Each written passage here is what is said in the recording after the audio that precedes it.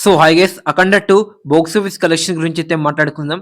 12 days box office collection world wide గా ఈ cinema మన నైజాంలో వచ్చేసరికి ఈ సినిమాకి వచ్చేసరికి 20 కోట్ల బిజినెస్ జరిగితే ఇప్పటి వరకు 17.79 కోట్ల షేర్ అయితే వసూలు చేయడం అయితే జరిగిందని చెప్పుకోవచ్చు. ఇంకా ఈ సినిమా ఇక్కడ హిట్ అవ్వాలంటే ఇంకా 2.8 కోట్ల షేర్ అయితే వసూలు చేయాలి.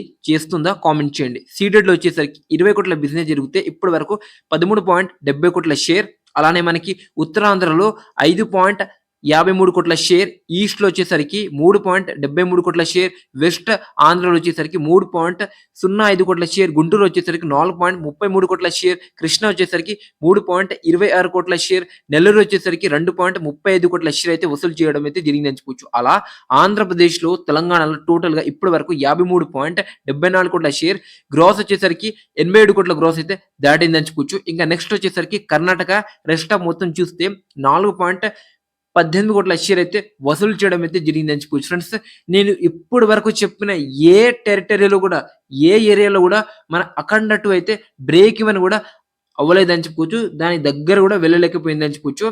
ఇంకా నెక్స్ట్ వచ్చేసరికి ఓవర్సీస్ లో వచ్చేసరికి 4.98 కోట్ల షేర్ అయితే వసూలు చేయడం అయితే జరిగిందని చెప్పుకోవచ్చు. అలా మన అఖండ 2 వరల్డ్ వైడ్ గా ఇప్పటి వరకు వచ్చేసరికి ఈ సినిమా వచ్చేసరికి